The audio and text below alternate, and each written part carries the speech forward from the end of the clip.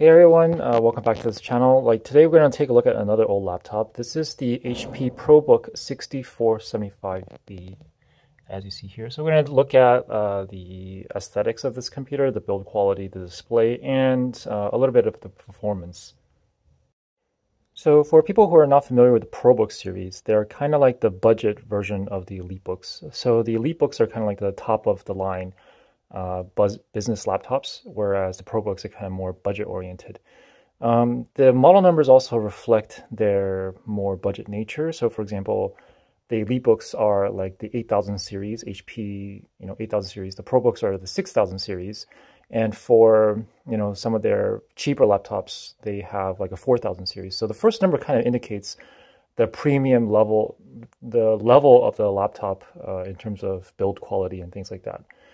The second number, actually, if you look at this, the second number, which is the 4, indicates the size of this laptop. So both in the EliteBook and the ProBook's case, the 4 indicates a 14-inch laptop, and the 5 would indicate a 15.6-inch screen.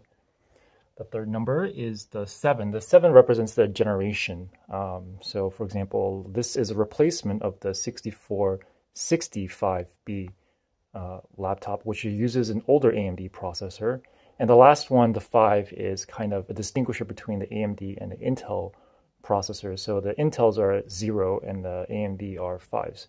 So 6465B series also uses an AMD processor and is the one generation older, whereas the 6470B or 6470 ProBook uses an Intel processor of the same generation. So the laptops, the HP model numbers are pretty good in identifying how, kind of the qualities of the laptop.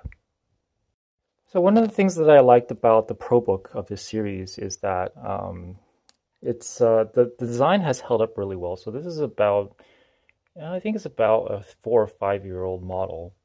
And even though it is kind of older, like the design, the aesthetics of this computer held up pretty well. So it's got the modern checkerboard keyboard versus like the more traditional keys that are spaced together. So it looks pretty nice. The gray and black finish of this laptop also is really nice. So in terms of the aesthetics, it doesn't look all that old. But the only thing I think that really gives it away is its thickness. So if you can see it here, the laptop is kind of thick, not very thin. So that's the one thing that kind of gives it away as kind of like an older computer.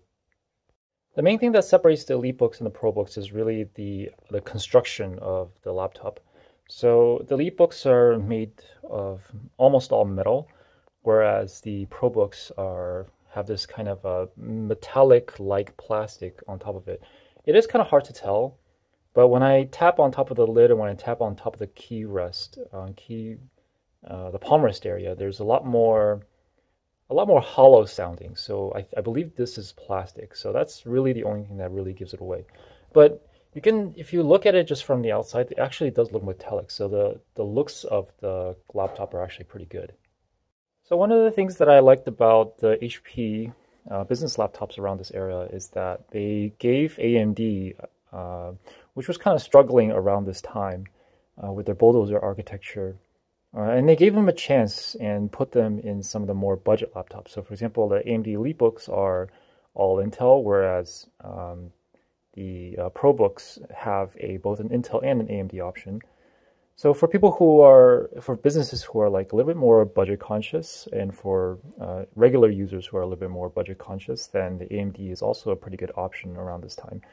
The performance isn't going to be as good as the Intel i5 or Core i3 performance-wise, but the AMD A6 and A8 series around this time can handle regular web browsing, office work, and things like that pretty well. So we're going to take a look at some of the performance in this video. All right, so this particular machine is running an AMD A8-4500M APU. This is a Trinity APU, so this is kind of like the second generation AMD mobile APU. So the first generation is the Llano, which is the A8 or A6 or A4 3000 series. So the 4000 series is the second generation and improves on the performance of the Llano CPUs a bit.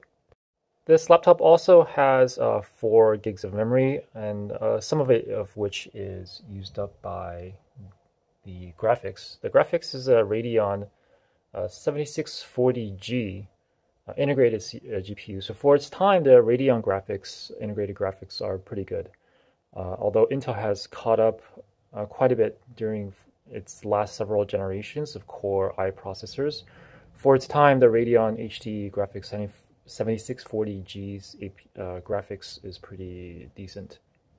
And if you look online, there's people who've posted video game gameplay of the Radeon HD 6740G graphics, integrated graphics, playing games like Battlefield 3, Just Cause 2.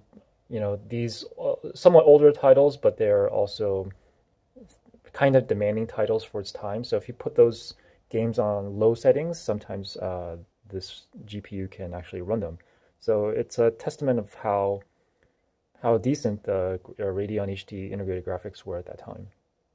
All right, let's run a little bit more stressful test on this laptop. So right now I've downloaded Firefox. I have, I think, about 15 tabs open total on Firefox. So we're gonna open, let's see, open Microsoft News and see how responsive it is. And actually, it'll be more responsive once you've installed an SSD. This has a standard hard drive in there, so you know the CPU performance is going to keep up even in this type of workload. And see, scrolling is perfectly fine. And let's go to here and let's open up YouTube again and see how that loads. And of course, this is dependent on your internet speeds as well. So we've got YouTube loading up fairly quickly. Here you go. So that's the HP ProBook 6475B with the AMD A8-4500M processor. If you have any questions, leave them in the comments below, and I'll see you next time.